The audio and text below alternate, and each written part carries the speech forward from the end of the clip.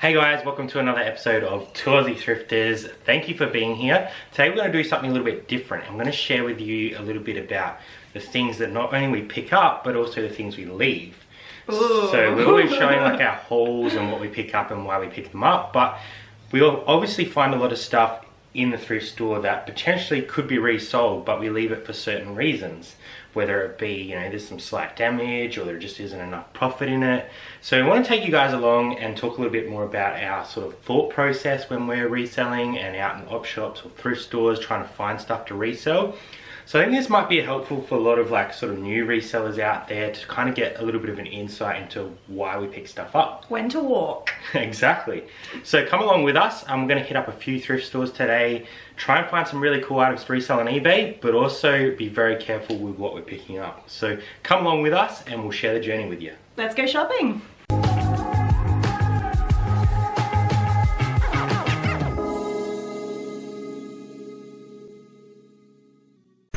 So these are a pair of Asics, Gel Blur 33, not a super popular style, and they're also missing the insert, so we're not going to grab those ones. So we've decided on grabbing this one just because of the colorway. It's really cool. The price is a bit more than we'd like to pay, but we're going to try it out. This is a brand new brand that we've never sold before, and we couldn't find a heap of comps on it. There's a couple overseas for around 100. Now this is pure wool, which helps it, and it is made in Austria, so we're going to try that out. Jazz has picked up this pair of G-Star. How much are they? They're $14.99 minus 20% discount. We picked them up because of the colorway, something a little bit different in women's. Expect to probably get what, 50 out of those? Yes. So this is probably something we are happy to pay $8 for. Nice little Timberland long sleeve shirt, decent size, medium. Grab that one. Okay. Just deciding on this Wrangler jacket. Looks like it's pretty old. $15. But it's also pretty worn. It's a 50-50. And then we've also got this pair of Fry boots, which they want 70 on, which is probably a little bit much. Alright, this is the hard one to put back, but for $70, it's just too much. 1 week later. Found a couple nice things. LL Bean, really long jacket, and these motorbike leathers. These are expensive, but... So we just picked up this really nice pair of Walden Miller leathers. We got the jacket as well with it, which is really cool. So it's a full set with the zip. So really nice Walden Miller. We're going to use Cafe Racer in the title for this because that's a key word for this sort of stuff. And the pants zip on to the jacket. Yep, so it's a full proper riding kit, which is awesome. Got that for 100. And then we also got this awesome LL Bean, like full length purple jacket, coat. And we only paid, I think, 15 for that one, so that was a nice little find. That's good.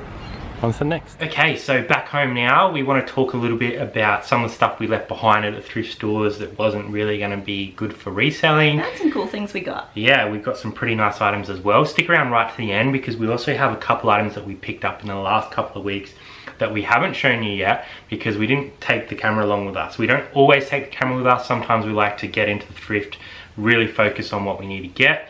And we haven't been going out a lot because we have so much stock to list. So let's get straight into it. So we left behind a few items that we showed you in the video. There was some Asics shoes. Yeah, so they were like Asics runners. They weren't a really popular sort of running style, like they weren't Keanu or Nimbus or anything like that. The conditioner one was okay, the price was okay, but also the insole was missing. So not being on trend with good branding and also not having the insert was the two negatives for that one. So we left that one behind. The next item that we left behind was that Wrangler sort of like PU jacket. That was sort of vintage, however it had a bit of sort of wear on it, like that material can flake when it gets older. Yeah, so it was like very flaky. There's quite a lot of damage around the pockets, and that was only 15 bucks. Pretty cool jacket, but we left that one due to the damage on it. Now some people may have picked that up and tried to flip it for a lower price, but we just didn't want to put the time into it, and it's probably only going to get worse as it sits. So we left that one behind. The last one I would have loved to pick up was those Fry boots. Oh, I know. They were in pretty good condition. Yeah. However, they wanted 70 bucks for them. So I had to leave those behind because of the price point. Now, Fry boots are a really good brand to look out for when you're thrifting. However, they're probably going to resell for about 120 to 140 depending on the style and condition. So for $70 after all fees and shipping, it probably wasn't really worth our money invested in that one. And they probably would have sat for a little while because they have to find a very specific buyer. So we're always thinking about the price, the condition, the style, and does it have everything there? Yeah, so that's sort of the reasons we left that stuff. Now let's get into some of the stuff we did buy and the reasons behind that. So the first one we picked up, and we did have to pay up for this sort of stuff. Oh, this was pricey, not worth it. This was the second weekend that we went out. We found this Walden Miller leather jacket with the leather but wait, pants as well. Now this is a full motorbike suit. It's got the zip that zips into the jeans or the pants, the leathers. Very rare colorway, so we don't find Walden Miller in these sorts of colors very often at all. It's usually black. If you find anything that's sort of leather and different colors, it might be worth looking up and trying to find something. We couldn't find comps on this, but we've sold black plain Walden Miller stuff for about 120 just for the jacket, and the same on the pants. So we paid $100 for this set, which is a lot of money. However, I'm going to shoot really high on this. Use Cafe Racer in the title because that is a really cool hot sort of keyword to use on this sort of coloured motorbike racing leathers. We sold that pair of pants a while back. I was about to say, we had like a burgundy colour pair of pants for 300. And if you can find those sort of ones with those like elbow pads, that usually helps as well if they're in good condition. If that colour doesn't sell it, nothing will. So I'm going to shoot really high on this. I'm expecting over $400 or $500. So I'm probably going to start it at $599 and just see what happens. There is nothing on eBay in this colorway, so it's a little bit of a shot in the dark, but I do know that this is a good quality brand and these colorways will definitely sell it. All right. What else did we get? Let's keep on the color topic.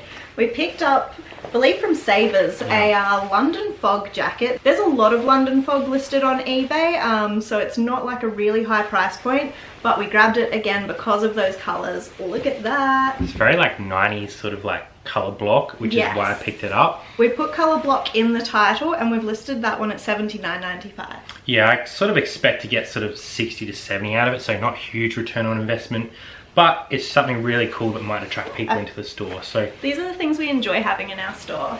The last thing we've got to show you from those 2 weekends is this really cool LL Bean like trench coat. So it's a really long purple trench. Very cool to find LL Bean in Australia. It's sort of a brand that doesn't get here very often. I see a lot of US guys pick this up. Yeah. So that was $15, and I'm sort of expecting sort of what, 80 to 90 out of that. Yeah, we're just going to give it a go. We may have to shoot a little bit lower than the US market. Yeah. But hopefully someone's going to love that. Yeah, so there is some stuff here that we're sort of testing out, testing the waters, but we are sort of very conscious of what we're buying. And we're sort of trying to stay on trend with it as well. So yeah, next up we've got 3 crazy items that we picked up in the last couple of weeks. Store. Yeah, so we wanted to show you guys this stuff as well. As I said at the start, we don't always film when we're out. This was a day that we went out together without the camera, and we found 3 vintage jackets in the same store, which was insane. The first one that I found was this Nike vintage jacket. Very nice condition. There was a couple little marks on it, but for $15, I was very happy to find that one. Look at the like old school cuffs on that, so cool. Very good, size medium. It's got like the vents on the back as well, which is pretty awesome. You don't find them very often. So nice Nike jacket. I think we listed this for about $120. So 15 into over 100, and I'm pretty sure we should get over 100 on that. So that was a nice find, the first one that we found in that store. I'll be very happy with that. And then you yelled at me from across the store. So the next one I found was this really awesome Suzuki jacket on this Allied tag. You were very excited. I was very excited with this. You could just tell by the style and the material that this is definitely in that vintage era. Suzuki is a great little one to find as well, being a pretty popular like motorbike brand. And they obviously do other stuff as well. Extra large, which is nice, and in good condition. So we always check sort of the lining to make sure there's no rips or anything around there, because that's sort of where they end up breaking up first. But I couldn't even see any sort of like marks or anything on this, which is awesome for a white jacket. Like, that doesn't happen very often. So I think we listed that one for about 140, which I think we'll get around that 120 mark, but we always start a little bit higher and then we can always come down with offers. That's so it. that was an insane find. However, and then I yelled at you from across the store. yeah, this because is I definitely the found coolest one. A Nissan jacket. Yeah, It's a bit longer. It's got the wicked color block happening again. Purple on the inside, green on the outside. It has its hood, and it's also in really nice condition. They could have come from the same person. definitely. I reckon they would have. So that's the Nissan logo there. There's also one on the chest patch, which I'm not sure is going to show up very well. But crazy colorway. So we listed this one very high because you don't see stuff like this. So I think you did that one about 180. Yep. Very good condition. So for us to find 3 vintage jackets in one store was an insane day. So I wanted to share that with you guys because we're probably going to start ramping up our Depop game a little bit. We've got some plans to get a pretty big order in sometime soon.